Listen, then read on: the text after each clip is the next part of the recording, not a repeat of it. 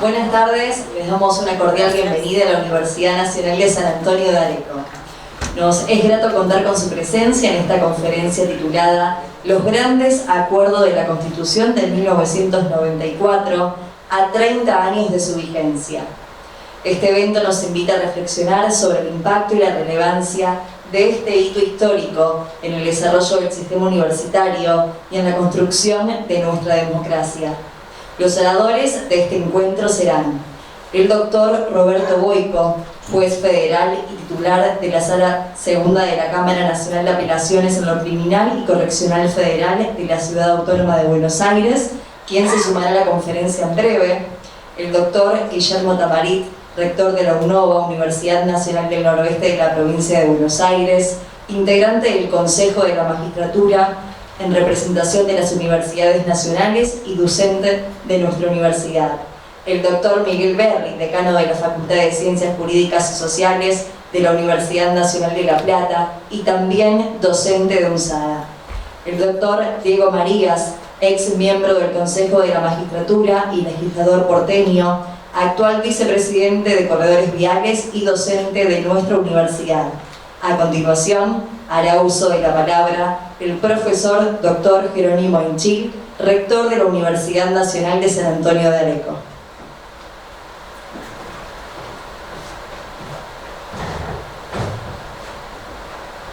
Buenas tardes, bienvenidas, bienvenidos. Un minuto nomás que robo a los disertantes para darles la cordial bienvenida que no es necesario porque todos ellos son docentes de la casa. Pocas veces tenemos tantos abogados juntos, pero veo que han logrado una importante convocatoria este tema. Estamos celebrando los 30 años de reforma de la Constitución. Yo voy a hacer, por supuesto, desde mi mirada de físico, director de la universidad, referencia obligada en estos momentos a lo más importante que ha sido para las universidades incluidas esa Constitución, que está garantizada la autonomía y la autarquía. Seguramente cada año después de una referencia un poco más sesuda que lo que voy a hacer yo. Yo creo, sin duda, que fue un hito histórico y seguramente hubo que trabajar mucho y buscar consensos, que es el tema de cuestión, en momentos donde parece que justamente la búsqueda de consensos y de puntos medios está tan cuestionada. Así que sin más, nuevamente la bienvenida a todos ellos y ya les dejo el uso de la palabra. Diego, vas a hacer el mejor de los así que te dejo acá.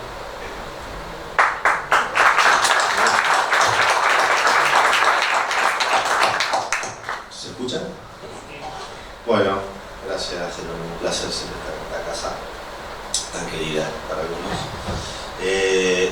Nos propusimos hacer esta actividad justamente porque se cumplían los 30 años de la reforma democrática, de la Constitución argentina, de hecho trascendente desde lo jurídico, desde lo social, una reforma que fue muy importante a la luz de lo que introdujo la reforma.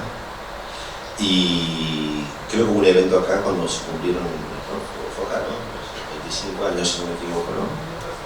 En otra sede, perfecto, así que está muy bien, cada 5, pero está bien que sigamos evocando la gran reforma de 1994.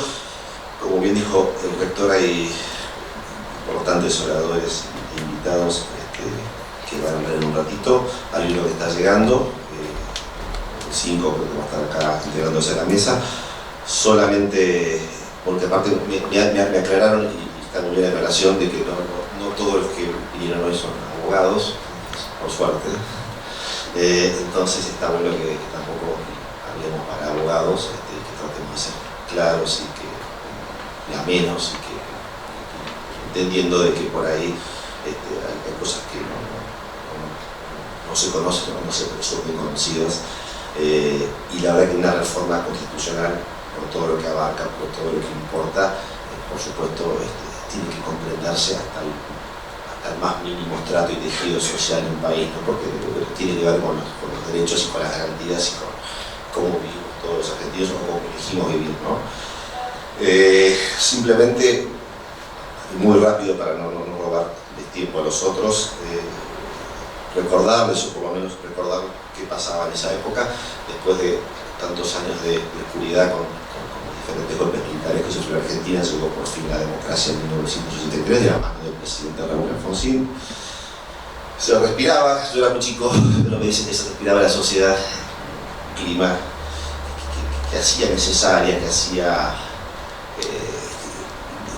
por lo menos se creía importante pensar en una reforma constitucional, siendo que había antecedente de 1957, que era la Constitución, que había sido la última reforma constitucional, y que esa Constitución del 57 estaba viciada, por supuesto, de cierta legitimidad, porque había sido una constitución convocada por un gobierno, por una revolución libertadora, donde se cuestionaba seriamente la forma en que se había convocado esa constituyente, el momento, la oportunidad, quién la había convocado. Se había derogado, por supuesto, la reforma de 1949. Entonces, bueno, con ese antecedente era importante pensar en una nueva constitución. En el mundo se respiraba la parte de nuevas orientaciones o nuevas tendencias en materia de derechos humanos. Se creía importante también incorporar o por lo menos considerar todos esos avances en materia de derechos humanos a una constitución, un plexo normativo constitucional.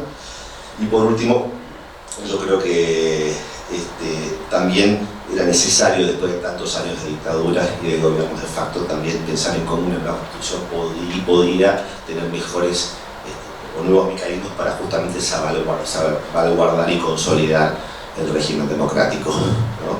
Sobre todo en un momento tan incipiente, a tan pocos años del advenimiento de la democracia, que bueno, hacía prever que posiblemente una constitución tenía que reforzar y tenía que dejar a salvo nuevos intentos de alteración del orden público y democrático.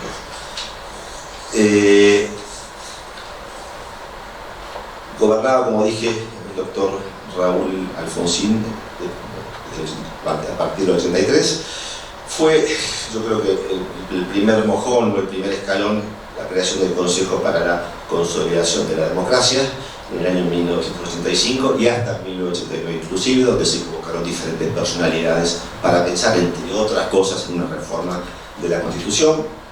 El otro hecho que yo ahí observo es que finalmente ya en el gobierno de Menem en 1993 se produce una media sanción a un proyecto de reforma constitucional impulsado por el bloque peronista, y como otro hecho también por ahí que me parece que es notable destacar, es un poco el laberinto en el que se encontraba un poco el Partido Radical, la Unión Cívica Radical, a la relación de que en esa época el bipartidismo era claro y todavía era contundente, y si bien el gobierno de Menem impulsaba o intentaba impulsar una reforma posiblemente con la prioridad o con el ojo puesto en la posibilidad de poder obtener una reelección en su mandato presidencial, Alfonsín se encuentra en una interna complicada, donde por un lado referentes como él o como de la Rúa no veían motivos o no estaban a favor de una reforma constitucional, otros como Angelos por ahí se planteaban cierto escepticismo, y otros como Masachesi y Carlos Maestro impulsaban, digamos, la reforma. Entonces dentro del propio radicalismo había como una cierta ebullición, una cierta duda de cómo responder a esta convocatoria que de manera incipiente empezaba a plantear el gobierno. Entonces, finalmente, y sin aburrirlos, digamos, todo termina, converge en una reunión entre los dos líderes de los dos espacios políticos más importantes de ese momento, quien gobernaba, por supuesto, Menem por el oficialismo y Alfonsín como referente de la oposición. Eso termina concluyendo en el famoso, vilipendiado y tan comentado Pacto de Olivos, la foto de los dos caminando por la Quinta de Olivos, conversando los antecedentes sobre el preludio de lo que iba a ser esa reforma. Finalmente Alfonsín decide acompañar esa reforma, y me parecía que estaba bien para entender qué le pasaba al radicalismo o al propio Alfonsín, que fue criticado durante muchos años y por muchos que acompañó, fue parte o socio de ese pacto. El propio Alfonsín dice en un momento, abro comillas, yo me había expedido en contra de la reforma impulsada por Menem para 1924, lo que me llevó a cambiar de criterio es que ya había una ley presentada por Francisco de Durañón y Bedia, Álvaro Sogaray y otros, cosa que es cierto, que establecía que para declarar la modificación de la Constitución bastaban los 2/3 de los miembros presentes de las cámaras del Congreso, como fue en 1949, bajo el gobierno de Perón. Yo tenía 2 gobernadores radicales que estaban de acuerdo con ese proyecto de Menem, y otro gobernador nuestro que dijo que no iba a luchar contra eso. De modo que con una consulta que hizo el presidente del bloque, en ese momento, Raúl Guardini, llegué a la conclusión de que además se iba a ir un plebiscito. Se habló de un plebiscito que realmente nunca se llegó a hacer porque se entendía que era innecesario, porque iba a haber una abrumadora mayoría que iba a acompañar la movida reformista, y en ese plebiscito dice, nos mataban, ¿no? Eso era lo que más importaba a Guardini, que además decía que no íbamos a poder resistir esta embestida. Con todos estos antecedentes se llega al Pacto de Olivos. Finalmente, el Pacto de Olivos se acuerdan 3 cosas muy importantes que ahora las repaso. Después, por supuesto que lo que se acuerda de ese pacto es refrendado por la convención del Partido Justicialista y por la propia del Partido Radical. Eso termina con una ley que es la 24.309, que se sanciona pocos días después justamente y que declara finalmente la necesidad de la reforma constitucional. El 10 del 4 del 94 se realizan las elecciones de los constituyentes. 137 convencionales se juntan o se encuentran en las ciudades de las provincias de Santa Fe y de Entre Ríos, Santa Fe y Paraná, y 18 fuerzas políticas, un acuerdo sin precedentes y con un consenso casi total, deliberan hasta que finalmente llegan a un texto que después se traduce, por supuesto, en la reforma de 1994, y se mencionó recién a 3 cuestiones que fueron prácticamente medulares para que pudiera finalmente avanzarse después en esa ley que acabo de mencionar, el famoso y siempre mencionado núcleo de conciencias básicas, que como todo el núcleo de conciencias básicas es un paquete cerrado, que se acuerda que no está sujeto a apertura, no está sujeto a discusión posterior, o sea, era lo que sí o sí debía respetarse o sostenerse durante la convención. Los puntos más importantes de ese núcleo era la reducción del mandato presidencial de 6 a los 4 años como tenemos hoy. Eso lleva implícita, por supuesto, la posible reelección por un periodo que también en ese momento seguramente más le importaba y consiguió, por cierto.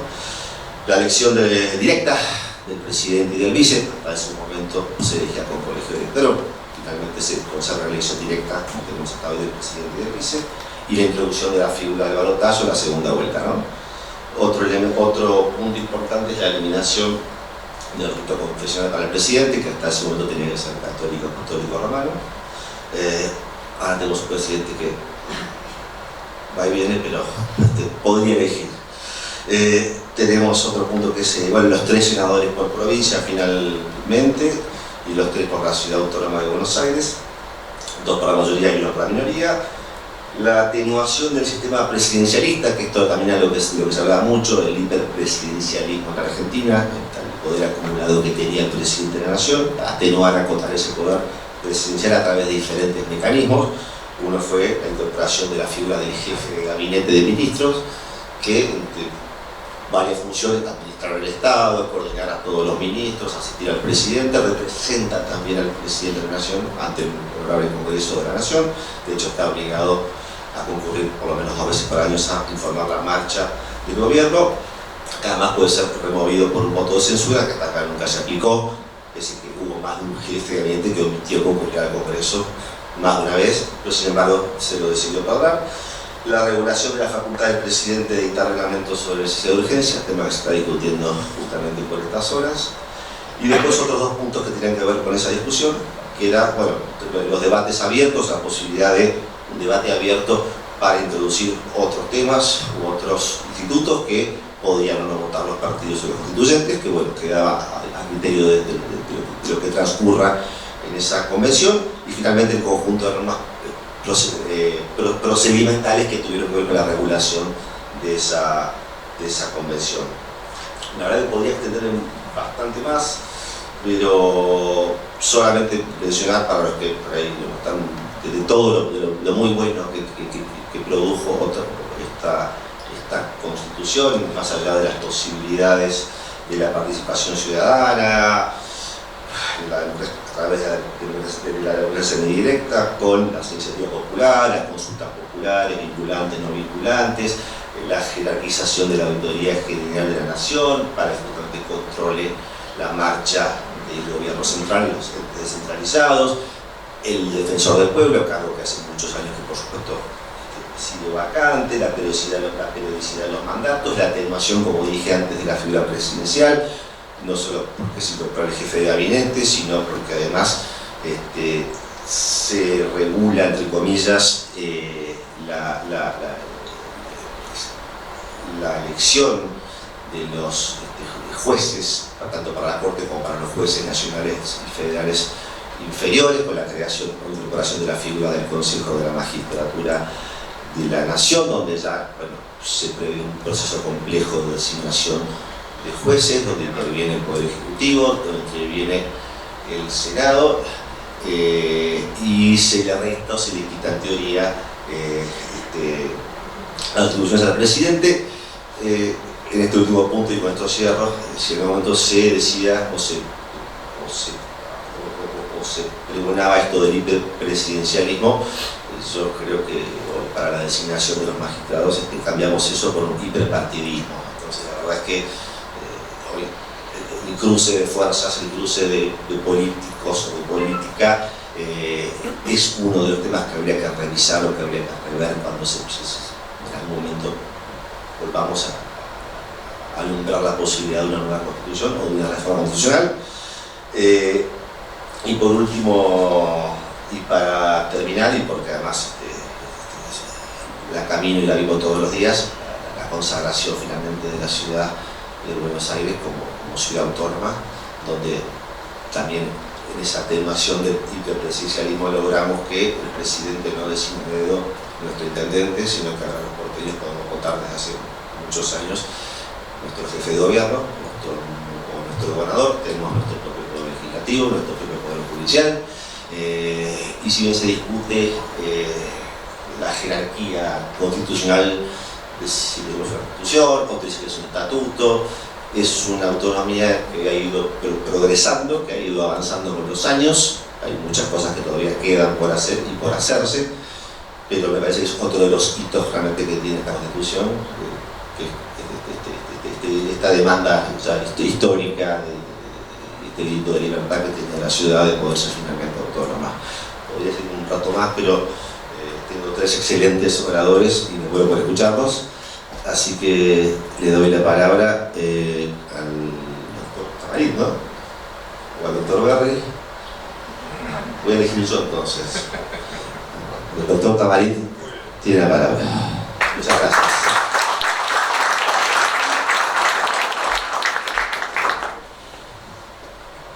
Bueno, buenas tardes, es un gusto agradecer al rector la invitación. Chistes fáciles de abogados, si los hay, es el de La Guerra de los Rose, una película. Inicia con el abogado que va a desarrollar el divorcio, que es el motivo de la película, y dice que son 10.000 abogados en el fondo del mar, un buen para que los geofísicos disfruten. Dicho lo cual, yo voy a tratar de contarles un aspecto de la reforma que fue la autonomía universitaria, porque además tiene bastante actualidad y toma distinta intensidad de acuerdo a los motivos por los cuales se la discute, pero que creo que es uno de los aportes entre los varios que señaló Diego respecto a esta reforma. En primer lugar, una constitución es, como se dice coloquialmente, el mensaje de una generación al futuro, y hay allí todas estas dimensiones que se analizan, pero obviamente es una situación que se construye dinámicamente, ¿no? Existe ese mandato y esa situación, Pero también, como vamos viendo por estos tiempos, nuestra Constitución tiene un carácter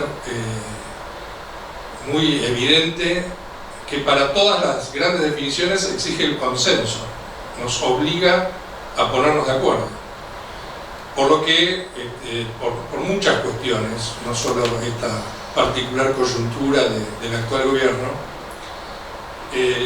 es la Constitución la que nos pone muy en evidencia respecto a cuán lejos estamos de poder avanzar respecto, insisto, a ese mensaje que dieron los constituyentes a las nuevas generaciones. Dentro de esto y en esa oportunidad, que yo, insisto, valoro mucho, que más allá de las circunstancias que siempre las hay en toda dinámica política, hace solo 30 años pudimos ponernos de acuerdo en la modificación de la Constitución Nacional y hoy realmente nos cuesta tener quórum para discutir las cosas. Entonces digo, esta es la primera reflexión que quería compartir.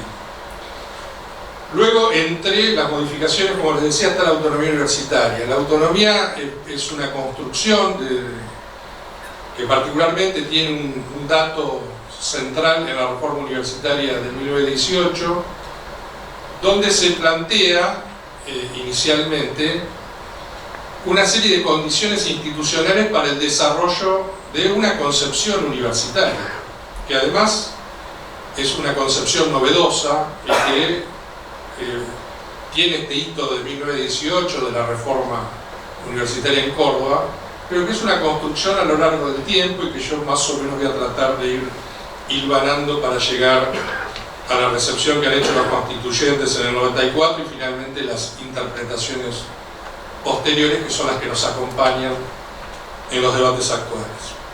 La idea de la autonomía era, efectivamente, Joaquín B. González, que es anterior a la reforma, planteaba la república universitaria, la idea de que hay un demos universitario que brinda una estructura institucional que permite el objeto de la universidad, que efectivamente deslindar de las cuestiones políticas, de las cuestiones estatales, también sacarla de los ritmos coyunturales o institucionales, brinda esa posibilidad a la institución a lograr de mejor manera su objeto, que tiene que ver con lo académico, la investigación, la extensión, en esta definición de lo que es la reforma. Entonces este concepto de autonomía, por supuesto, es muy difícil de definir porque es una creación. En general, la ley Avellaneda, que es de las primeras que regula la actividad universitaria, se asimila de alguna manera con las provincias, que era lo único autónomo que tenía como referencia desde el punto de vista legal, pero que naturalmente no respondía a esa caracterización. Las universidades claramente no tenían la autonomía de la provincia, y hay una larga construcción en los primeros tiempos que es jurisprudencial, que es cuestiones que la Corte Suprema de Justicia de la Nación va atendiendo por distintos reclamos que tiene la Universidad de La Plata, la Universidad de Buenos Aires. Teníamos muy pocas universidades, estoy hablando de 1930 en adelante, y que en general tenían que ver con problemas de empleo, cuestiones que llegaban a la Corte y que efectivamente hacían tomar posición respecto al carácter de autonomía y cómo o en cuál era el ámbito de actuación de la universidad. Problemas de jubilaciones, digo, de las más variadas, que efectivamente motivaban en todo caso la expresión de la Corte. Lo más rico de todo esto sucede con el debate doctrinario, donde a grandes rasgos, para no aburrir a los no abogados, encuentra dos líneas fundamentales en el debate. Por un lado, los administrativistas, el derecho administrativo, que tiene un concepto más limitado de la autonomía universitaria, Marienhoff, Gordillo, Carlos Balbín más cerca, digo, hay un montón de doctrinarios que fijan posición y que es más cercano a lo que todos entendemos por autarquía, aquella institución que efectivamente se maneja por sí misma, pero que refiere a algún tipo de control, de limitaciones por parte de otros poderes. Y, por otro lado, este debate doctrinario, digamos, donde podemos encontrar a Vanozzi, a distintas expresiones del derecho político, del derecho constitucional, que amplía la idea a efectivamente una autonomía que tiene características propias funcionales respecto a este objeto que yo les decía tan particular que tiene la institución universitaria. Esto no fue pacífico, y no fue pacífico tampoco la Corte. La Corte, para plantear la década del 60 en adelante, y particularmente del 83 al 94, tiene fallos disímiles respecto a ese concepto de autonomía. Y en el año 94, efectivamente, los constituyentes receptan esta cuestión y la incorporan a la Constitución.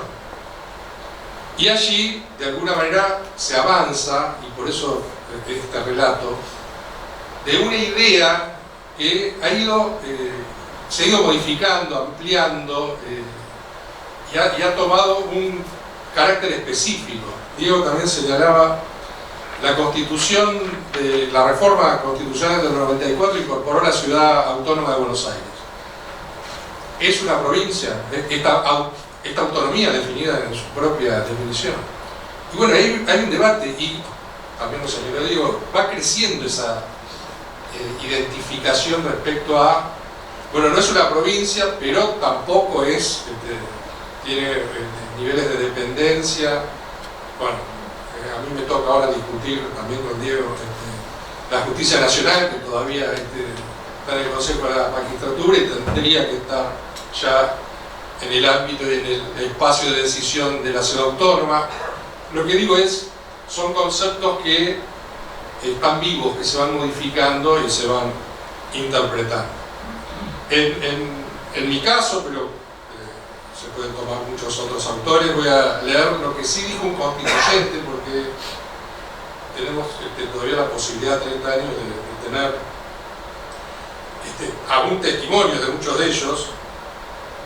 Pero a mí me gusta la definición, quizás también por la cercanía que hemos tenido de varios que estamos acá con Humberto Quiroga Lavie, que plantea a la autonomía, se utiliza esa sola palabra, dice, se puede desagregar, por supuesto, se puede hacer referencia a autonomía institucional, económica, financiera, administrativa, académica, pero si aquí se menciona solamente la autonomía, cada vez que el gobierno de la nación quiera desconocerla, al menos yo voy a sostener que está desconociendo que en esta palabra estarán incluidas las autonomías institucional, académica, económica y financiera. No puede ser de otra forma. La autonomía institucional también. No le voy a negar al Congreso la posibilidad que dicte una ley universitaria y de base.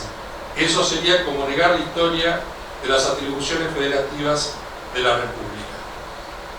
Tomo este ejemplo, hay varios más que participaron naturalmente. ¿Por qué? Porque las universidades tienen un control que es el Congreso de la Nación. Y por supuesto toda la actuación universitaria tiene un control judicial. Lo que queda claro, a partir de esta incorporación de la autonomía a la Constitución Nacional, es la separación o la imposibilidad del Poder Ejecutivo de interferir o establecer criterios a las instituciones universitarias autónomas. Para no aburrirnos, y porque ahí tenemos otros oradores, por supuesto, como corresponde, terminó la constituyente y seguimos discutiendo la autonomía. ¿Cuáles son sus límites?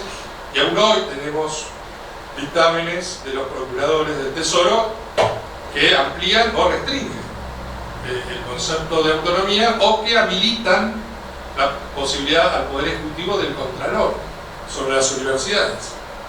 Yo voy a tomar uno de estos los distintos procuradores se han expresado, por el lugar que ocupa hoy en términos relativos. Voy a tomar el dictamen del doctor Rosati, que siendo procurador ante Tesoro se expresó y hoy es presidente de la Corte, y honestamente espero no haya cambiado de opinión. Y en su dictamen, un largo dictamen, dice: la Universidad Nacional no pertenece ni a la Administración Central ni sus agentes al sector público nacional, constituyendo un ente jurídico descentralizado. Los principios constitucionales de autonomía y autarquía de las universidades nacionales implican una absoluta y total independencia del Poder Ejecutivo Nacional, tanto en el pleno ejercicio de sus funciones, como asimismo en la administración y disposición de sus recursos. Al no pertenecer las universidades nacionales al ámbito de la administración pública, el Poder Ejecutivo debe abstenerse de interferir en la esfera de las mismas. Y resaltó varias cuestiones, pero dice: el legislador ha querido que las universidades también cuenten con autonomía, posicionándolas en una situación de privilegio respecto de las demás entidades descentralizadas, toda vez que se mantienen fuera del alcance del control del presidente de la Nación y preservadas de toda intrusión del poder gubernamental. Planteo esto, y lo leo para no que haya ningún equívoco, porque tiene varias cuestiones. Hoy toda la maquinaria de cuestionamiento de la universidad está puesta en el famoso tema de las auditorías, que tenemos todo el tiempo en las universidades, y que en el único momento que se suspendió fue porque la CIGEM resolvió suspenderlo. No fuimos las universidades los que limitamos esa posibilidad. Pero, insisto, más allá de esto y de que naturalmente hay que rendir cuentas de todo dinero público en toda institución, la reflexión sobre la autonomía y sobre esta incorporación y este criterio que hay que seguir desarrollando, por supuesto, sí es oportuno en términos de otras cuestiones. Imaginemos que tenemos un gobierno que, por ejemplo, no crea en el cambio climático o en las vacunas, y que indicara a las universidades que dejaran de investigar cambio climático o las vacunas o distintos temas. Cuanto más interviene un gobierno, más justifica el valor, la importancia y lo determinante que es la autonomía, insisto, para el objeto que tienen las universidades. Y dentro de este relato, también esa autonomía ha sido virtuosa en términos que compartió no solo la rendición de cuenta social, que las universidades tienen una altísima consideración por parte de la sociedad, sino que ha sido virtuosa en términos de inclusión, en términos de calidad. Nuestro país tiene más del 80% de sus estudiantes en instituciones públicas, es uno de los pocos países del mundo donde esto sucede. Y también las nuevas universidades, como la propia USADA, que rápidamente se posicionan, son una referencia y tienen el reconocimiento del conjunto de la sociedad. Todo esto está asociado a la posibilidad de la autonomía y que no aparezcan en el signo político o partidario y los vaivenes a los que estarían sometidos en caso de depender del Poder Ejecutivo. Muchas gracias.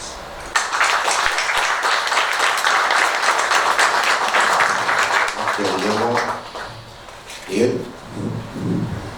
Bueno, muchas gracias. Agradecer fundamentalmente al señor rector por habernos invitado aquí de la Universidad de San Antonio de Areco. Agradecer a todas las personas aquí presentes y agradecer también participar de este prestigioso panel, a Diego, a Guillermo y al doctor, que la acabo de conocer, pero con mucho gusto.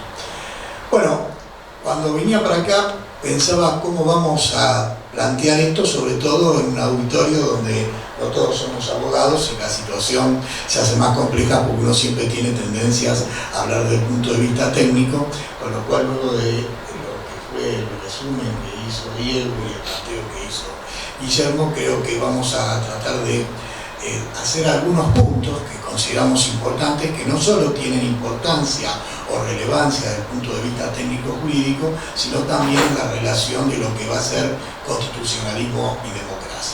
Creo que es muy relevante lo que plantearon las dos personas que me precedieron en el hecho específicamente del consenso. Es decir, el consenso que tuvo la reforma de 1994 no existió nunca en la Argentina en una reforma estructural. Si nosotros pensamos, el primer hincapié en lo que va a ser el constitucionalismo fundacional va a ser 1853, va a ser el resultado de la necesidad de imposición a la provincia de Buenos Aires de esa constitución. La provincia de Buenos Aires se separa, se declara soberana y dicta su propia constitución en 1854. Luego, la Confederación y la provincia de Buenos Aires llegan a una batalla. En 1859 se hace el Pacto de San José de Flores y con ese pacto se revisa la Constitución y ahí llegamos a una Constitución definitiva que va a ser o va a tratar de ser reformada en 1949, digo ser o tratar de ser, hubo otras anteriores pero no de tanta relevancia, pero que también se dio en el marco de un conflicto. Ese marco del conflicto fue la interpretación del mecanismo de la reforma y planteos conflictivos de fuerte adversidad trajeron como consecuencia que la dictadura de 1955 abrogara la Constitución de 1949, pusiera en vigencia nuevamente la Constitución de 1853-60 y la dictadura de 1957 estableciera la reforma constitucional a la que se refirió Diego, que agregó el artículo 14 bis. Con lo cual, en el 72 también hubo una reforma impuesta por una dictadura, que fue una reforma temporaria, y finalmente llegamos a la reforma del 94. Reforma que tiene un consenso general, que es aplaudida por todos los convencionales constituyentes sobre el final, y que todos llegaron a la conclusión que era una reforma importantísima de la Constitución. Es un hecho de suma relevancia hoy cuando vemos una tendencia a situar a las personas como amigos o enemigos según en qué situación política se posicionen, el hecho de haber logrado una reforma que haya tenido un consenso tan acentuado como fue la reforma de 1994. Hechos relevantes. Nosotros teníamos una constitución que era una constitución que establecía un régimen republicano, pero la palabra democracia no estaba reconocida en ninguno de sus artículos. Es decir, podríamos decir que respondía a un proceso de una república elitista tal cual era la de 1853-60. Si nosotros pensamos, el voto universal, secreto y obligatorio recién se va a lograr en 1912. En conclusión de esa república elitista pasamos por diversos procesos legislativos a una república democrática, pero con grandes periodos de inestabilidad. La Constitución de 1994 va a rescatar la democracia, la va a mencionar en varias oportunidades y va a decir que la Constitución, en el artículo 36, se mantiene en vigencia, esto referido a los posibles golpes de facto que podían traer como consecuencia pretender la suspensión de la vigencia de la Constitución, aun cuando haya sido destituida por hechos revolucionario. No lo dice de esta manera, pero quiere referirse a los regímenes de facto, menciona los delitos de corrupción como traición a la patria, y luego, desde ese artículo, que va a ser el 36 al artículo 43, vamos a tener reformas muy especiales en el reconocimiento de derechos.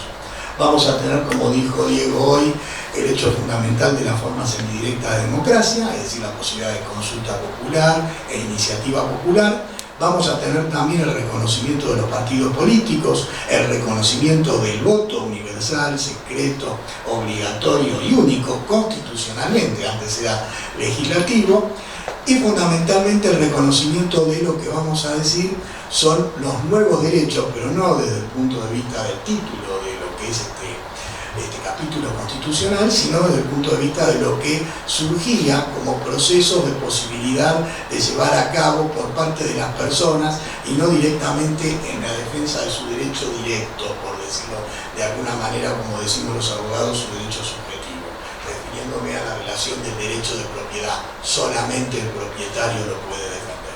En esto me refiero específicamente a los derechos del medio ambiente, es decir, a los derechos ecológicos, derechos que pueden ser ejercidos frente al Poder Judicial por cualquiera de nosotros en defensa del medio ambiente, a los derechos de los consumidores y los usuarios. Si queremos recordar el caso de los derechos de los usuarios, podemos recordar hace poco tiempo lo que fue el caso Cepis respecto de la tarifa del gas, cuando no se había convocado a la audiencia pública para el aumento de la tarifa de gas, y como consecuencia de una asociación que tenía por objeto el interés de defensa de los usuarios, la tarifa terminó congelada hasta que se llamó a la audiencia pública y ahí recién pudo aumentarse la tarifa.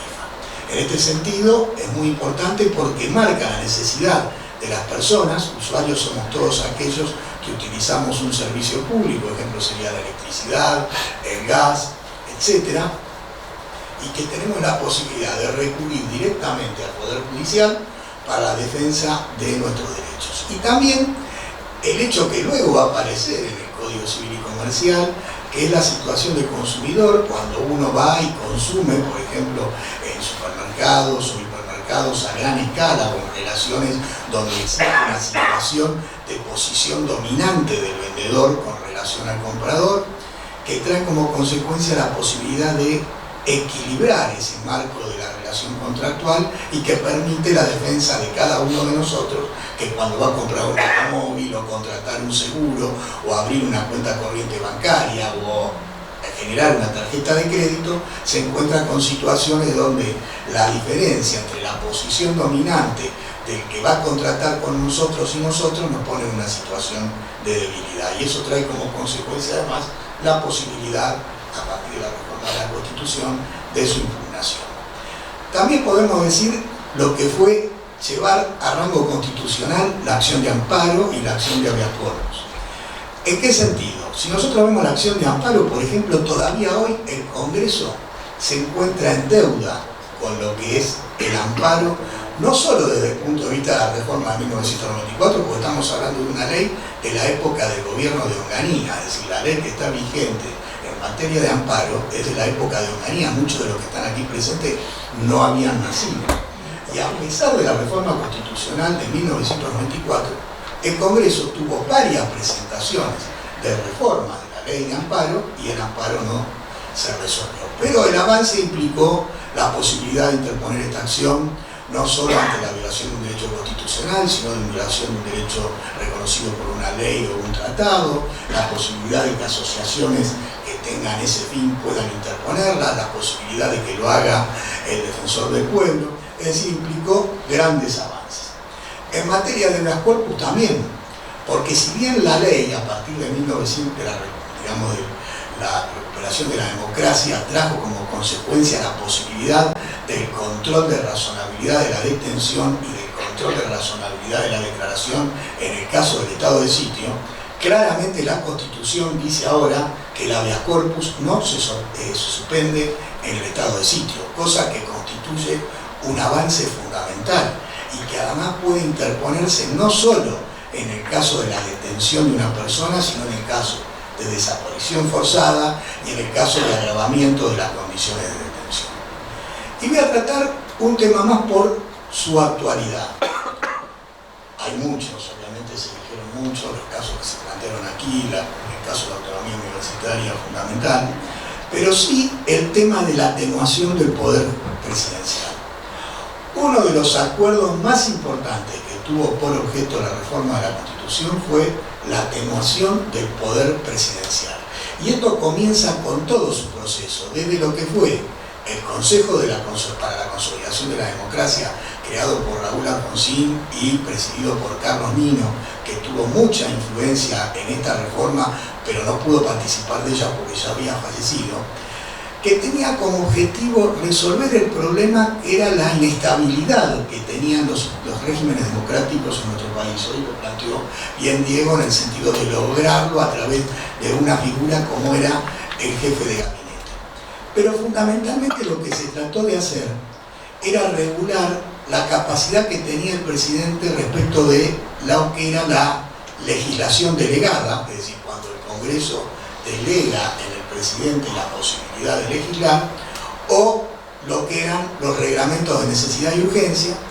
Para dar un ejemplo, les voy a decir que entre 1853-60 y 1989 hubo alrededor de 30, y desde 1989 a 1994 hubo alrededor de más de 300.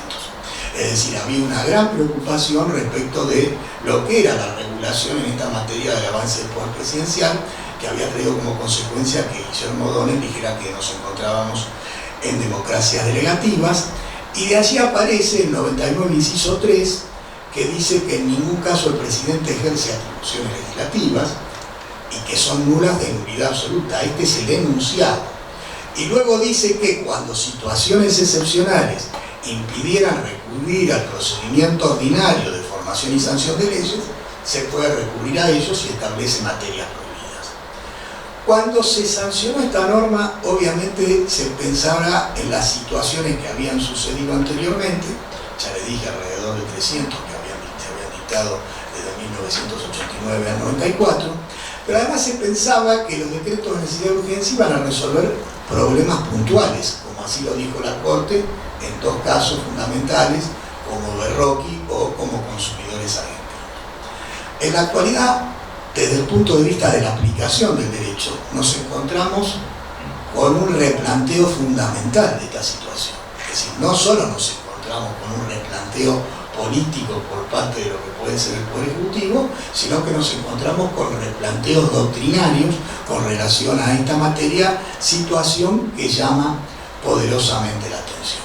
Yo solamente quería decir esto, creo que puede haber espacio para preguntas y respuestas. Muchísimas gracias.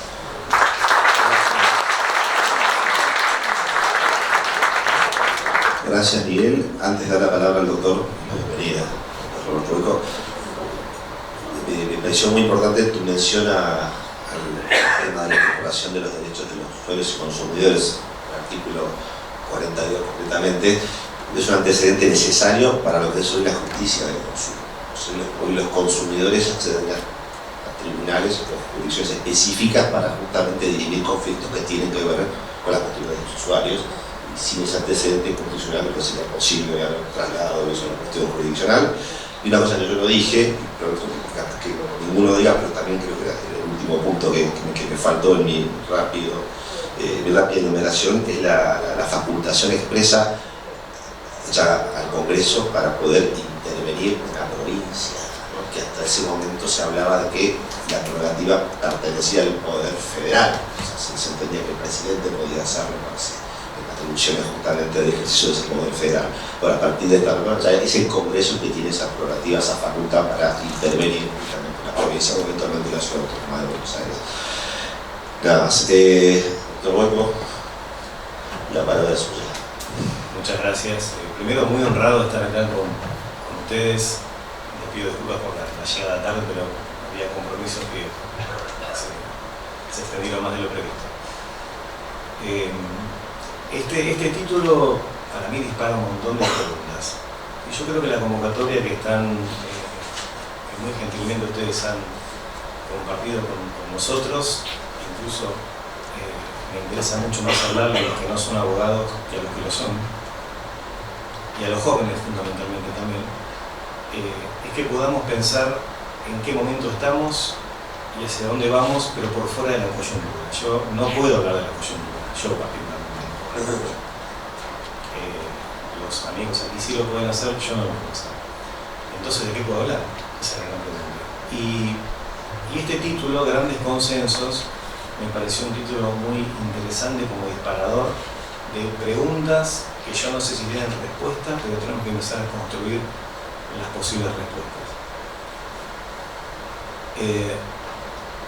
Yo soy juez de un tribunal compuesto por 3 jueces y permanentemente hay un ejercicio de intentar generar un consenso. ¿Qué es un consenso? Un acuerdo en el desacuerdo. La regla no es el acuerdo, es el desacuerdo.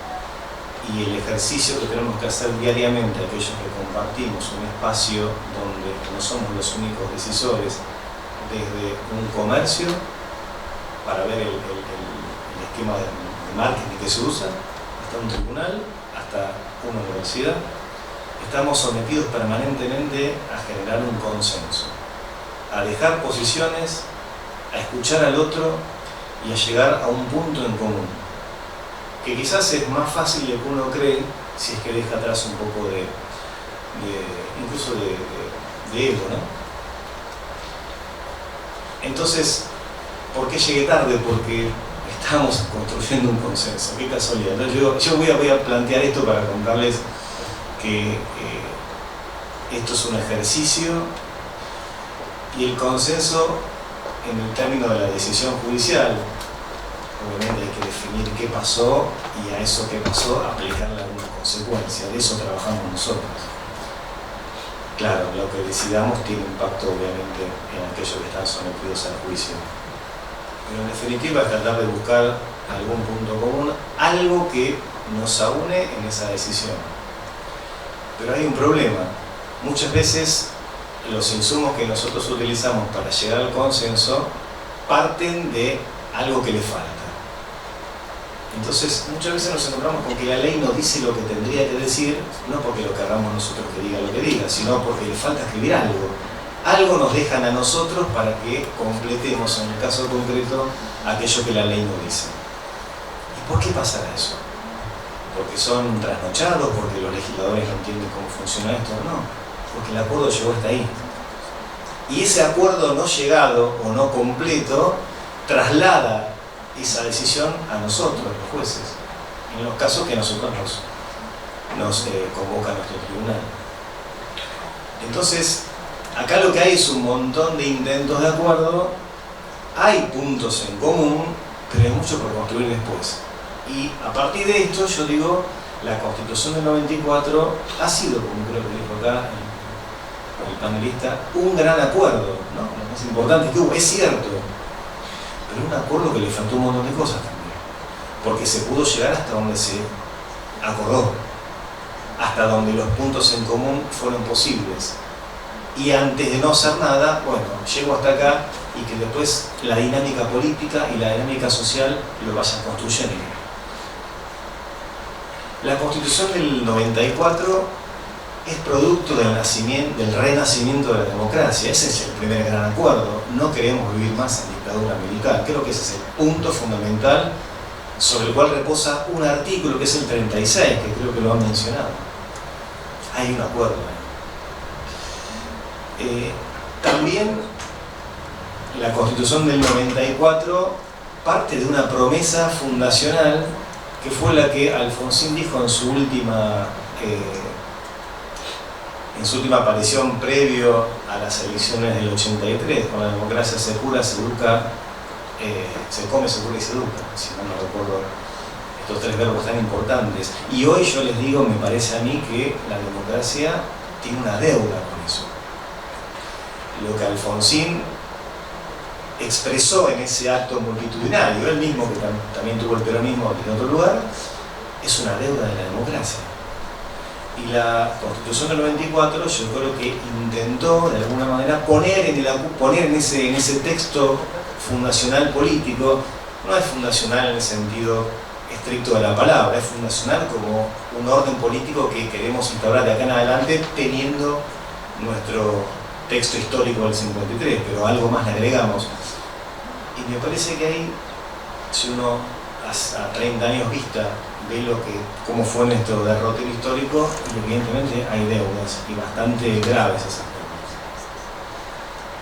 La Constitución del 94 entonces es producto de la postdictadura militar y de todas las anteriores, pero la última, la más sangrienta, es también el producto de lo que apareció en la década del 90, lo que decía un filósofo es el fin de la historia. Cuando cae el muro de Berlín parecía que todo iba a ser un relato lineal y apareció Fukuyama y dijo es el fin de la historia.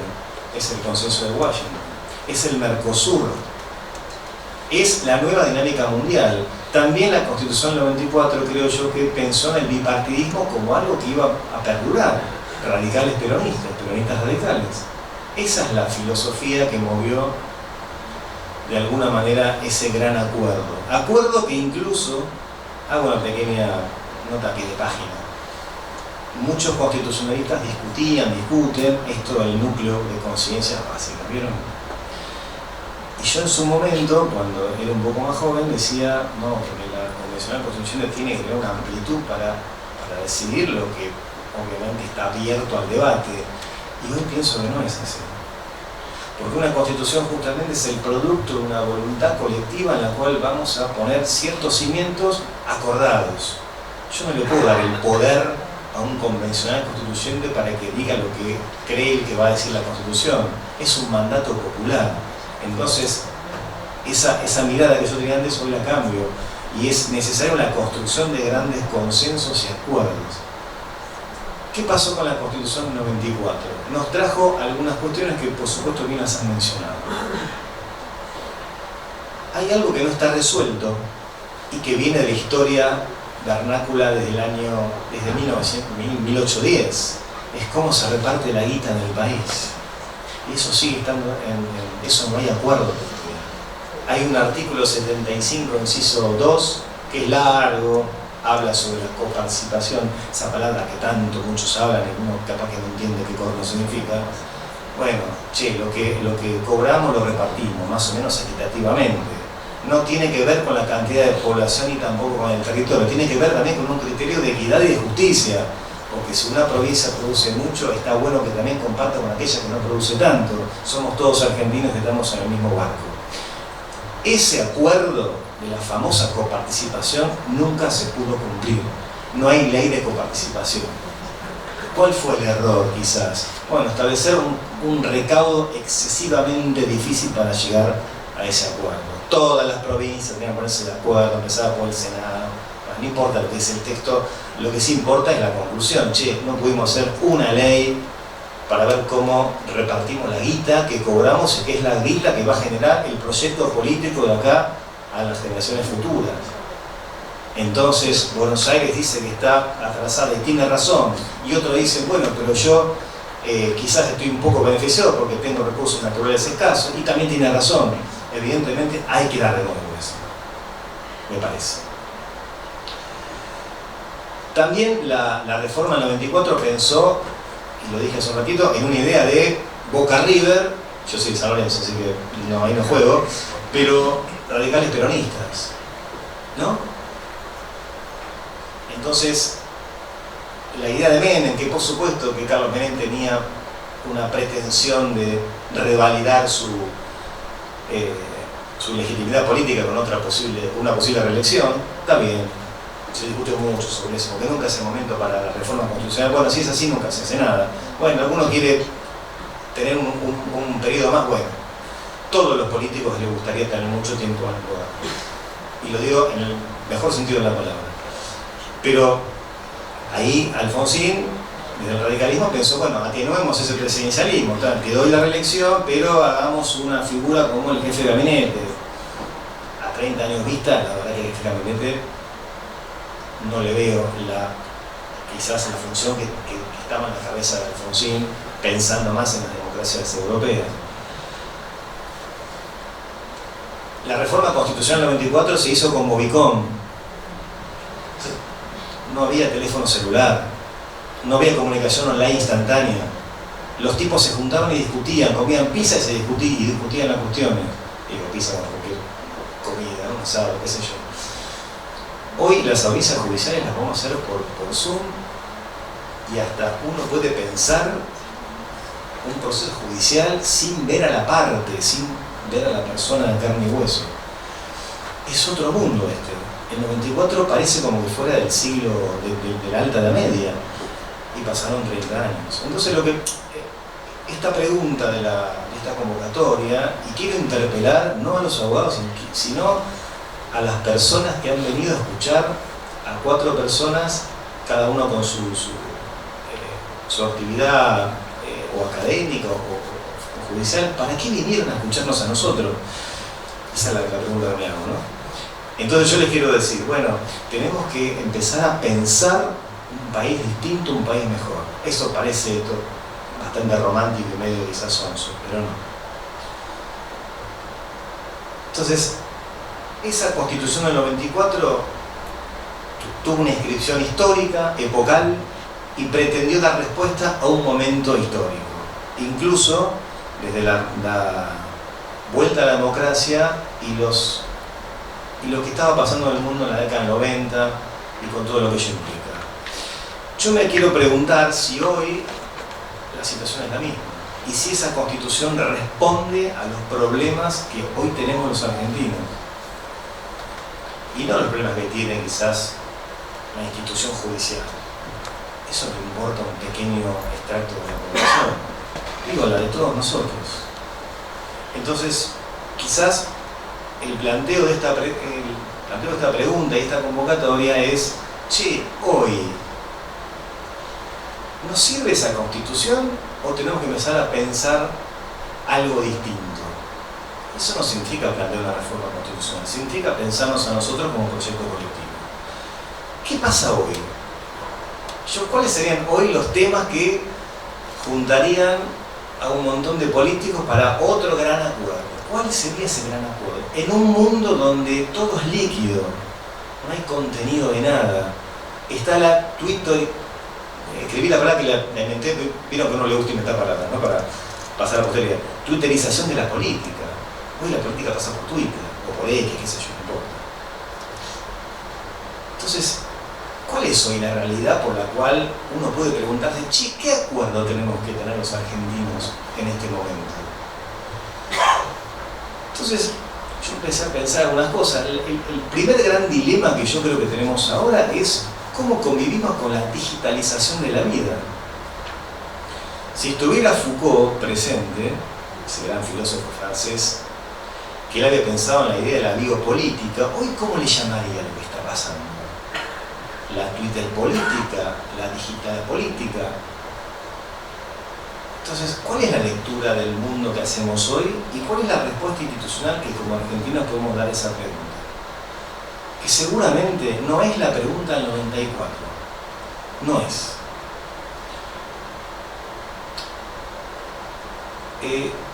La intimidad. Esta gran pregunta, ¿no? Hoy nadie tiene intimidad. Todos sabemos que el teléfono no se escucha cuando hablamos. Es muy loco, porque uno, por ejemplo, qué sé yo, habla con alguien, con un familiar, y sí, todos van a comprarme un televisor y te aparece al rato ofertas de televisión. Pero si yo no puse nada, te escuchan, qué sé yo, no sé, evidentemente eso pasa. Pero ahora, complejizando un poco más el tema, la gran pregunta es cómo hoy, por las grandes empresas que tienen quizás más poder que los propios estados, nos están moldeando el consumo y la vida. Entonces, ese no es un tema en el cual la Constitución debe dar alguna respuesta, o por lo menos no es una problematización que tenemos que hacer. Los jóvenes, nuestros jóvenes, mis hijos, están todo el tiempo con el celular, con la Play, con qué sé yo. La vida pasa por ahí. Obviamente hay que dar una respuesta respecto a eso. Una causa judicial, hoy, ¿cómo enganchan a la gente en las causas judiciales hoy? Con el teléfono. Esta es la vida tuya. Esta es nuestra vida hoy. Si te quieren meter en cana, secuestren el teléfono. ¿O no? Entonces, frente a este problema de la intimidad, de cómo nos movemos, ¿qué respuesta puede dar la Constitución? Argentina, un país riquísimo. Hoy el tema es la energía, ¿vieron? No solamente hoy. ¿Qué podemos decir de la energía? ¿No? Se habla del litio, del cobre, del petróleo, de vaca muerta. ¿Eso tiene que tener una respuesta constitucional basada en un gran acuerdo? ¿Qué hacemos con la riqueza? ¿Las damos? ¿Las disfrutamos nosotros? Y si las damos, ¿cómo las damos? ¿No merecería eso un gran acuerdo nacional? Además, no solamente el tema de energía y la explotación minera o la carburífera, es cómo compatibilizamos con otro gran acuerdo que es el medio ambiente. Yo me acuerdo que había un gobernador de una provincia de Cuyo que decía: ustedes los porteños no nos entienden porque no saben que acá lo único que tenemos es minería. Y saben que tenía razón. Basta con conocer la provincia para hacer cuenta que es así. ¿Eso qué significa? Que nosotros tenemos que pensar la nación desde Buenos Aires. Significa que en virtud de que no hay otra riqueza posible, se expolien nuestros recursos naturales, nuestro medio ambiente, se destruya. ¿Cuál es la compatibilización necesaria entre producción y medio ambiente? Producción y generaciones futuras. ¿Cuál es? ¿Está en la Constitución? Y más o menos está. No está en la Constitución. Sí, obviamente, el ambiente sano, tenemos un artículo que es hermoso, que es el 41, también tenemos el artículo 42, que es el consumo. Alguien lo dijo acá, el consumo. Che, compras algo y estás librado a la gran empresa para que estés sufriendo las contingencias de una mala compra y vas a ir a litigar. ¿A dónde vas a ir a litigar? A un juzgado civil. Contratas a un abogado, que me encanta, porque los abogados, obviamente, yo estudié abogacía para, bueno, ahora estoy en otro lado, pero para justamente poder ganarme honradamente la vida con mi profesión, pero hay cosas que no tienen que ser de esa manera. Y hay un artículo 42 que habla sobre el consumo, el derecho al consumo, y también es una deuda eso. Muchos de los que están acá seguramente cuando van a comprar a un electrodoméstico y tienen miedo que quizás no funcione, o qué sé yo, dicen, bueno, pero te lo doy, o la compra por internet, hay que decirle. ¿Cuál es la respuesta? Quizás no es constitucional la respuesta, pero ¿cuál es la respuesta que hoy podemos dar a esos nuevos problemas? El agua. Yo no sé si ya habría que constitucionalizar el derecho al agua. Otro gran acuerdo. Argentina es el espacio más rico del mundo, quizás en agua dulce. Entonces, ¿tenemos que hacer esto? Entonces, un poco para tirar la reflexión. Bueno, a ver, ¿cómo podemos convocar a los jóvenes a esta discusión? A los jóvenes que le dijimos, che, métanse en política, y cuando no nos gustó lo que decidieron en política, le dijimos que son unos inmaduros. ¿Vieron? Eso está mal. Los jóvenes tienen la llave y la respuesta de este momento, del futuro.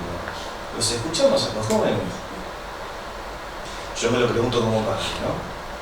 Y más o menos, porque pensamos que no, están en otra cosa. Entonces, la Constitución también tiene una respuesta. ¿Hay un gran acuerdo respecto de la juventud? ¿A dónde tiene que ir? ¿O dejamos esto librado al azar? Y hablando de grandes consensos, se están discutiendo cosas que supuestamente eran grandes consensos de los argentinos. Grandes consensos. Yo diría intocables. Y las estamos discutiendo. ¿Qué pasó entonces? ¿Estaba el gran acuerdo y consenso o no estaba en realidad? ¿O no está saldado el tema? Entonces, yo creo que empezar a recordar la Constitución del 94 es la exhortación para empezar a pensar quizás cuál es el gran acuerdo que la Argentina del siglo XXI y con esta coyuntura, más allá de la coyuntura, pero en este momento merecería discutirse. Estamos al borde de una guerra mundial, parece, una tercera guerra mundial. ¿Y frente a eso qué? ¿Cómo debe ser la política internacional de la Argentina en un contexto donde puede ocurrir esta tercera guerra mundial? ¿No? ¿Se puede hacer lo que uno quiera? ¿Hay alguna línea rectora? ¿Qué pasa con Malvinas? Eso también parecía que estaba dentro de un gran acuerdo, y parece que no sé si era tan así. Entonces quizás la exhortación es a pensar de nuevo, pero más que de nuevo a pensar en este contexto histórico concreto, pensando de acá unos 50 años, quizás 50 años son 18 siglos, porque 30 años atrás era otro mundo. Los que ya peinamos algunas canas o no tenemos pelo, sabemos que es así. Porque si no corremos el riesgo de que esas deudas de la democracia se transformen o muten a esquemas autoritarios. Y quizás lo peor de todo es arropados en el propio sistema democrático. Yo creo que este título o esta charla me parece que, al menos es lo que yo siento, debería despertarnos un poco de esto, empezar a darle un poco de contenido a lo que pasa. Por supuesto que hay canales institucionales para esto, no es que acá salimos y ya está, no. Pero darle vocería a algunos temas, ¿no? Se habló de la educación. Argentina es modelo, al menos en América, respecto a lo que es la educación pública. Y lo estamos discutiendo. Bueno, quizás haya que reforzar esa discusión. Entonces, y con esto termino.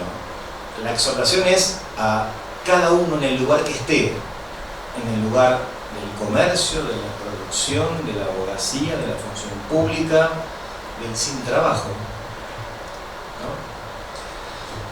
La Constitución habla sobre el derecho al trabajo. ¿Y qué pasa con los que no tenemos laburo? O tenemos un laburo precarizado, en un mundo en el cual se complejiza la forma de trabajar, ¿no?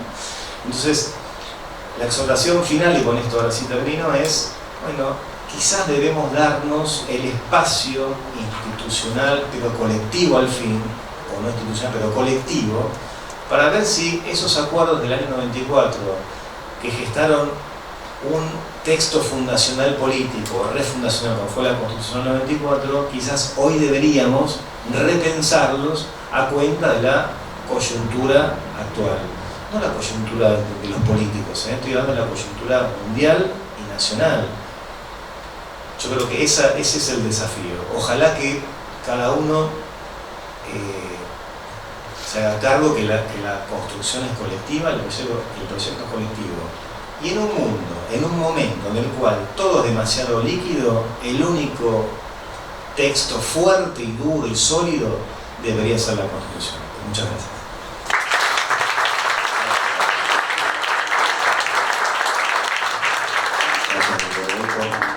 A los tres, muchísimas gracias. No sé si tenemos unos minutos, Jerónimo, para que la gente, o los que quieran, hacer alguna pregunta. ¿Cómo? Mira si el doctor Contreras está proscripto.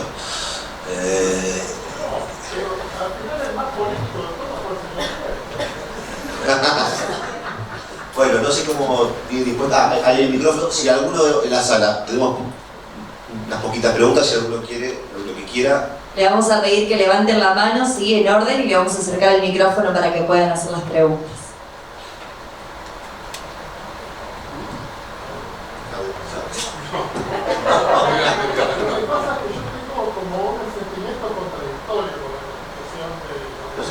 Perdón, el micrófono, por favor. No escucho bien. Era clara la consigna, levantar la mano. No, solamente, bueno, no sé si escuchar la intervención del doctor Boy, que al final fue la más política. De todas las intervenciones, en todo sentido. No la política en el sentido peyorativo, sino en el sentido arquitectónico de la palabra. La construcción de ese proyecto colectivo, ¿no? Apelando al bien común, al interés general. En ese sentido creo que esa fue la motivación, el hilo de la reflexión que hizo. Pero como yo tengo una posición un poco así rara respecto a la Constitución del 94, porque creo que fue muy negativa para la gente, desde el punto de vista de su sistema político. Porque como todo proyecto de ingeniería constitucional, a veces se diseña un puente y se termina siendo un charco. Que fue lo que pasó con el acuerdo del Pacto de Olivo, que se hizo sobre la idea de la existencia de las dos grandes fuerzas políticas argentinas, y resulta que terminamos haciendo nacer una tercera fuerza política, con todas las cosas que uno, a veces por un pesimismo contrafáctico de los últimos años, me hace pensar eso, ¿no? Digamos, lo que está ocurriendo ahora con esto de inventar, ¿no? Cosas. Pongámonos de acuerdo para inventar algo, para de esa forma hacer que el otro gane o deje de ganar o pierda o deje de ganar, aparece una cosa que rompe con todo eso. Entonces ya ahí encuentro ese vicio original, que más allá de las buenas intenciones, que yo hasta no las puedo poner en duda desde el punto de vista objetivo, aunque sí las puedo poner en duda por, no sé, experiencia personal, en relación a cuáles fueron las motivaciones de ese pacto de Olivo, ¿no? Que es el que da lugar al proceso constituyente. pero es una reflexión mía. Después decirle a los porteños truchos que no hagan decirle a la Constitución lo que es la Constitución. La Ciudad de Buenos Aires, estamos en la provincia de Buenos Aires, ¿no? La Ciudad de Buenos Aires no es una provincia, pero no porque lo diga yo, lo dice la Constitución. La Ciudad de Buenos Aires no tiene una Constitución, no porque lo diga yo, sino porque lo dice la Constitución, dice, tiene un estatuto, y los porteños no se resignan. Y siguen diciendo que tienen un jefe de gobierno que es más que el gobernador, que tiene una constitución que por poco es más que la Constitución Nacional. Bueno, eso no lo quería dejar pasar, estando particularmente en este lugar tan emblemático de la provincia de Buenos Aires, ¿no? Como es la ciudad de San Antonio de Areco. Pero bueno, espero que me levanten la protección. Pero bueno, y bueno, me gustó mucho, me gustaron mucho sus palabras. Fueron muy motivadoras. Yo no tengo el optimismo que usted quiere con respecto al futuro de la Constitución, ¿no? Y al futuro de la Argentina. Pero bueno, todo es posible. Después de lo que estamos viviendo, todo es posible. Muchas gracias. Yo planteé la cuestión de la dicotomía entre Constitución y Estatuto, que claramente es una cuestión no saldada, no resuelta. En cualquier caso, usted está invitado a abandonar la ciudad de Buenos Aires. Si usted quiere. No hay ningún problema. La provincia lo espera, doctor Contreras. Bueno, ¿hay alguna pregunta más? Diego, me permitís. Por favor. Primero agradecerle las palabras acá al señor, que no tengo el gusto de conocerlo, pero lo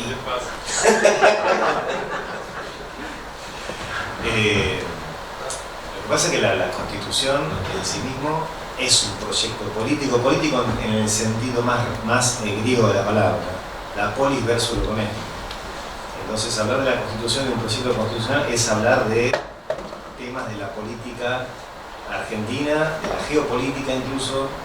Yo me permito una cuestión pequeña. Cuando vuelvo, parece que soy alfonsista, pero no lo soy, pero cuando Alfonsín había planteado la propuesta que sigue vigente normativamente, que es la capital de la República en Viedma, había pensado un proyecto geopolítico para la Argentina distinto a lo que pensamos o venimos transitando hace 100 y pico de años, ¿no? Que es Buenos Aires como puerto y pensar mirando a Europa. Quizás una de las cuestiones que habría que repensar sería cuál es la mirada geopolítica de la Argentina y para dónde tiene que mirar, si para Europa, para el sur, para el oeste, para el norte. Entonces, hablar de esto sí es indefectiblemente plantear temas de la política, pero no de la política partidaria, sino de la construcción de un proyecto colectivo común y que nos emancipe de la manera que pensamos que hay que emanciparnos. Así que yo le agradezco mucho las palabras y la idea mía de la motivación es la misma motivación que yo tengo para pensar estos temas y la preocupación que también me advierto cuando veo la realidad, no solamente de la Argentina, sino de la Argentina. Bueno, muy bien. ¿Hay alguna pregunta? Sí, por favor. Acá.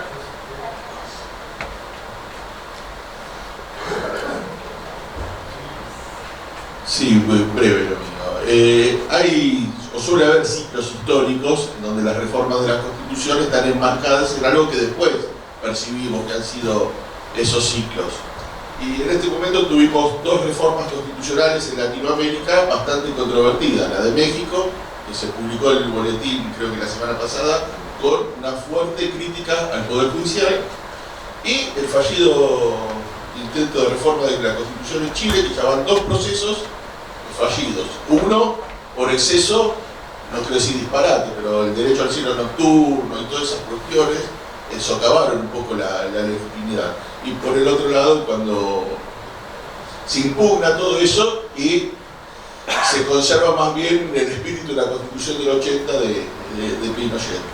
Entonces, la pregunta es, ¿en qué espíritu de época podríamos llegar a estar si avanzamos con nuevos pactos? Le pregunto al doctor Boyko, nuevos pactos o nuevos desafíos que nos enmarquen en esta situación de los mexicanos o de los chilenos. ¿Abrimos una incertidumbre? Bueno, Gracias por... Más allá de la cuestión política y de la cuestión coyuntural, me acuerdo de la coyuntura. Yo creo que la invitación a pensar en la reforma constitucional parte de que hay aspectos coyunturales, vernáculos y externos que quizás no tienen la debida respuesta en la Constitución. Entonces, cuando no hay respuesta en la Constitución, cada uno empieza como a no tener un norte claro sobre algunos puntos que quizás deberíamos tener algún proyecto común. Yo creo que, y lo pienso para mi propia función, nosotros tenemos que tener algunos contenidos básicos comunes, ¿no? Qué sé yo, lo digo, yo soy juez penal, entonces me parece que los jueces, al menos de un mismo circuito, deben tener claro y más o menos el mismo discurso respecto a cuáles son los requisitos para un robo. ¿Se entiende?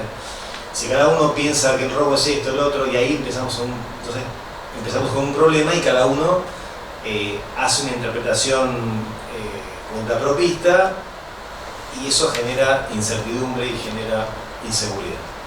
Entonces, yo creo que algunos puntos deberían tener un consenso colectivo claro y yo diría casi indiscutible.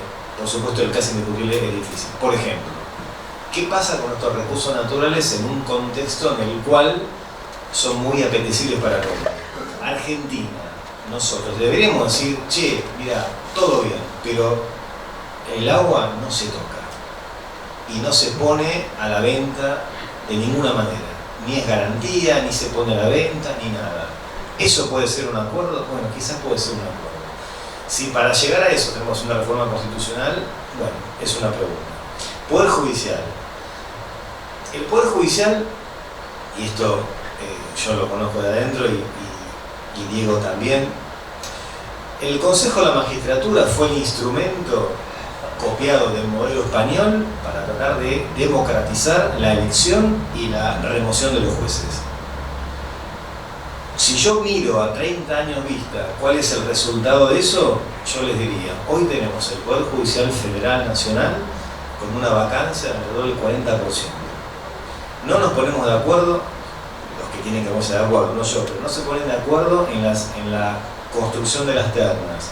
Poder Ejecutivo, ¿quién es finalmente el que demanda el pliego? El Senado, y ni que decir con los jueces de la Corte, ya estamos en plena discusión respecto a dos postulados por el Gobierno Nacional, que quedó ahí la discusión, qué sé yo, porque se busca un gran acuerdo. Procurador General de la Nación, que ahí la definición del procurador por votación de 2/3 es una creación legal, no constitucional.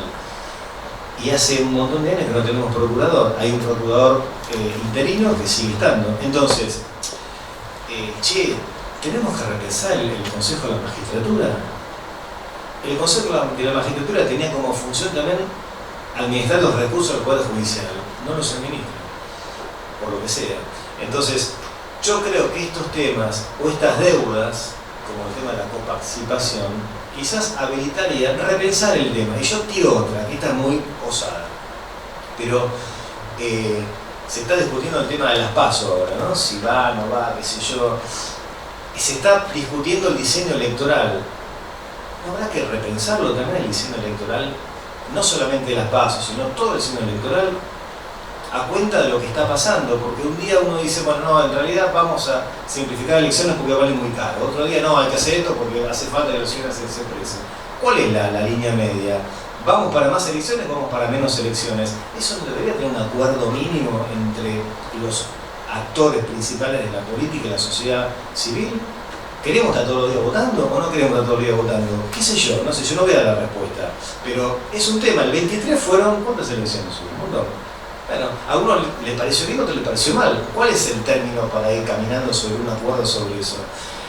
En ese contexto yo creo que hay que plantear reforma. Y cuando la reforma no está, cuando pensar esto no maduró lo suficiente en la sociedad, pasa lo que pasa en Chile. No sé con el proceso chileno, la verdad que, pero en Chile la discusión arrancó con el problema universitario, el problema del boleto del sur, no me acuerdo cuál era, el problema universitario.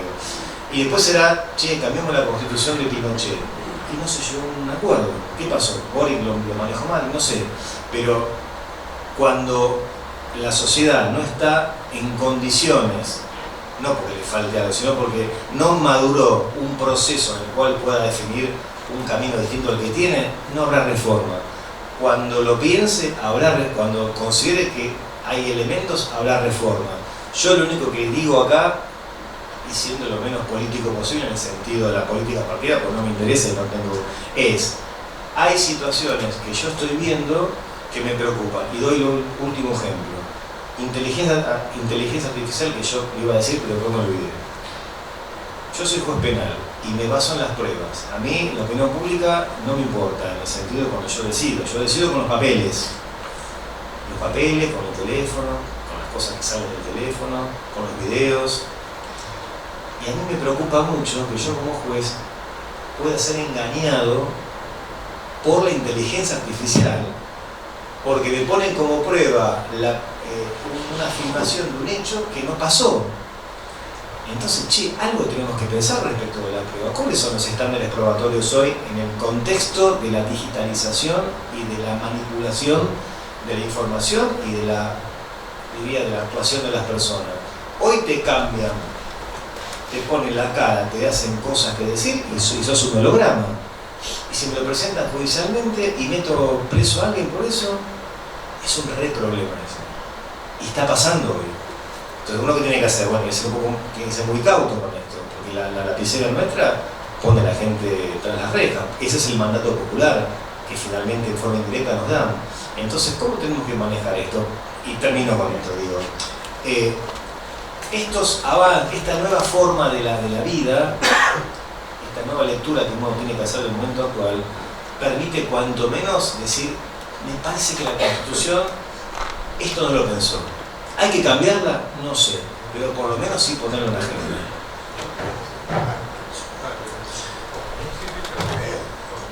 Yo creo, muchas cosas las comparto, pero creo que mucho de lo que dice el doctor, con todo respeto, en materia de legislación.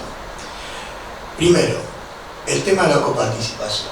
La disposición transitoria sexta le da al Congreso hasta 1996, para sancionar una nueva ley de coparticipación en los términos del artículo 75, inciso 2. El Congreso no lo hizo. Respecto de lo que es el medio ambiente y el agua, el artículo 42 claramente dice que la utilización de los recursos naturales tienen que ser funcionales para lo que es la satisfacción de las generaciones presentes sin comprometer a las necesidades futuras. Después dice que los requisitos mínimos para lo que va a ser la explotación de los recursos naturales tienen que ser dictados por el Estado federal. Después, por ejemplo, hay otro hecho fundamental que sucedió ahora respecto de la política internacional. En la disposición transitoria 1 dice que la nación argentina reivindica de manera perpetua, no recuerdo bien la palabra, la soberanía sobre las Islas Malvinas. Tuvimos una canciller que prácticamente abría la posibilidad de la negociación. Después, por ejemplo, la Constitución de Estados Unidos tiene 7 artículos y 27 enmiendas. Sin embargo, esos 7 artículos y 27 enmiendas no impidieron que se regule la inteligencia artificial, que se regule la política internacional, que se regule inclusive la posibilidad de designar jueces en comisión, que está en la Constitución de Estados Unidos también como en la Argentina, pero ¿qué hizo el sistema norteamericano? Dijo, creamos las sesiones preformativas. Las sesiones preformativas, ¿qué son? Sesiones permanentes del Senado, con lo cual, habiendo sesiones permanentes del Senado, no puede haber designaciones de cargos en comisión. Por eso resalté hoy, para entrar bien en la discusión, porque también hay algunos constitucionalistas que plantean las cuestiones de responsabilidad como de la Constitución, cuando en realidad son de la legislación. Que la acción de amparo tiene una ley, que es la dice en 1984, por lo que recuerdo, o 87, que es de la 86, perdón, que está bien, que es un problema de la legislación, y la legislación ni siquiera la adecua a la Constitución. Con el tema de la ley de defensa del consumidor, tampoco adecua a la Constitución. No adecuó tampoco el Congreso de la Nación los requerimientos al sistema del derecho internacional de los derechos humanos. Y en segundo lugar también tenemos un problema que aparece, yo no quería hablar mucho de teoría jurídica, pero vamos a decir como práctica de los operadores jurídicos respecto de la Constitución. ¿Qué quiero decir con ello? Si yo utilizo la regla de reconocimiento del sistema de acá, diciendo cómo los operadores jurídicos, llámese Poder Ejecutivo, Poder Legislativo y Poder Judicial, aplican los contenidos específicos de la Constitución, lo que veo es que no hay adecuación. Entonces, creo que aquí tiene que haber una fuerte demanda al Congreso para que resuelva el tipo de problemas que vos planteabas, con todo respeto, pero que la Constitución no es un impedimento. Y en segundo lugar, creo que tenemos que así hacer un debate, porque si nosotros decimos, bueno, necesitamos consenso, no pudimos nombrar a procurador, como vos bien dijiste, legislación, no lo pudimos nombrar porque no podemos alcanzar los 2 tercios, no podemos nombrar los jueces de la Corte, 2 tercios de los presentes, no son de los totales. ¿Cómo vamos a alcanzar la posibilidad de un acuerdo político cuando no podemos acordar legislación? Ahora, ¿cuál sería el acuerdo político estructural que podría cambiar eso? Lo que sí me parece que hay que plantearse con seriedad en la Argentina es si nosotros queremos reyes o presidentes y si nosotros creemos en el sistema republicano o no creemos, que creo que es un tema más sustancioso cuando aparecen determinados consensos sobre determinadas decisiones. Pero creo que es más un problema sociológico que un problema normativo de la Constitución. Con todo respeto, Muy bien. No, sí. Voy, varias de las cuestiones las dijo Miguel, 2 puntualizaciones nomás. Una, el Consejo de la Magistratura que me toca integrar. El 97% del presupuesto del Poder Judicial son salarios. O sea, lo que se puede administrar es el 3% donde están todos los servicios, la infraestructura, etcétera, etcétera. O sea, el presupuesto del Poder Judicial lo administran las paritarias, no, ningún organismo. Y tiene muchísimas cosas para criticar, mejorar, sin duda, pero justamente en este periodo, entre el final del gobierno anterior y todo este año, el Consejo de la Magistratura envió 144 ternas y están llegando por una revisión que tiene que suceder entre que termina nuestro trámite y llega al Poder Ejecutivo, 16 más, o sea, va a haber 160 ternas para que el Poder Ejecutivo seleccione y envíe al Senado. ¿Cuál es la situación? Que por eso yo vuelvo sobre las palabras iniciales, que aún en el periodo anterior del presidente Fernández, cuando el Poder Ejecutivo y el Senado tenían correspondencia en términos del partido político, no se envió ninguna terna. Y allí hay un problema de esto de los consensos y de cómo podemos avanzar. Por lo que, respecto al Consejo de la Magistratura, que insisto, tienen montones de críticas, en estos 2 temas justamente está dando una medida razonable y un punto de partida inicial respecto a su valor en términos constitucionales. Previo al 94, el presidente seleccionaba una persona y la enviaba al Senado, ¿no? Nunca nadie había rendido ningún examen. Por lo tanto, creo que más allá de las críticas que podemos hacer, es un punto de avance sin ninguna duda.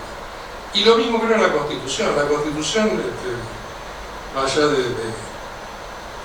que uno evoque épocas pasadas con alguna añoranza, desde el punto de vista político ha garantizado la alternancia, sin ninguna duda, como pocas veces ha sucedido en periodos constitucionales. Por eso creo que hay montones de cuestiones que podemos discutir y mejorar, pero sin lugar a dudas, la incorporación de los nuevos derechos, por todo el neoconstitucionalismo que expresa la Constitución, ha sido un punto de avance sin lugar a dudas respecto a la que teníamos previo.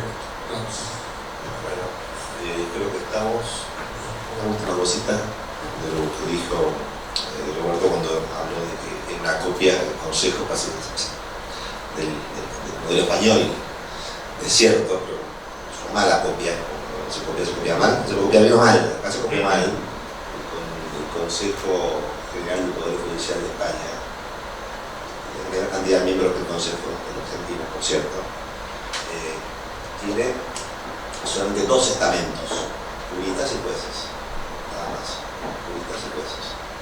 mucho más fácil el acuerdo y la conversación, pues son dos etapas. La administración no está en cabeza del Consejo, la tiene el Ministerio de Justicia. La conserva el Poder Ejecutivo, no será serio el Poder Judicial. Una virtud, por cierto. Y dentro de esos 20 consejeros, solo 8 tienen funciones ejecutivas. Solo 8 de esos 20 llevan el día a día de la administración del Consejo, lo que hace que sea mucho más rápido y mucho más fácil el funcionamiento. Y bien, porque bien. ¿Alguna pregunta más? ¿O ya siendo las 9 de la noche damos por finalizar? ¿Me permitís? Muchas gracias a todos. Ahí un minuto. No es una respuesta, por favor. Yo creo que cada tema en particular abre un abanico de reflexiones, de incluso de bonanzas de la institución. El Consejo de la Magistratura mejoró la anterior, por supuesto.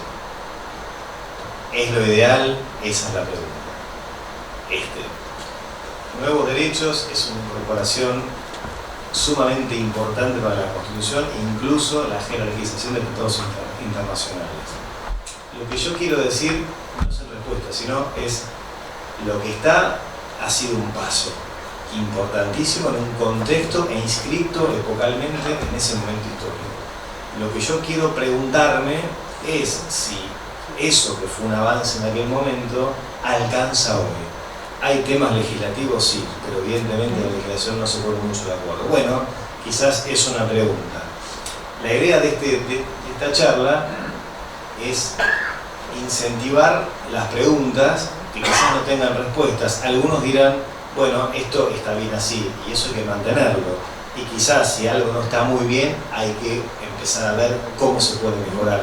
Eso es un poco la idea, y la Constitución en sí misma no asegura la felicidad de los pueblos. Pero yo siempre digo, para mí esto, yo como juez tengo que hacer militancia constitucional. Por eso para mí es muy importante un texto fundacional, político, que a mí me sirva para resolver las cosas que el pueblo me ha confiado resolver. Cuando esa Constitución quizás no responde a algunos problemas que tenemos, ahí me hago la pregunta. Es eso, no tirando abajo lo que está bien de esta Constitución, que hay un montón de cosas que están muy bien, ¿sí? Pero puede haber una Constitución mejor. Gracias. Agradecemos a cada uno de los expositores y de esta manera hemos finalizado la conferencia.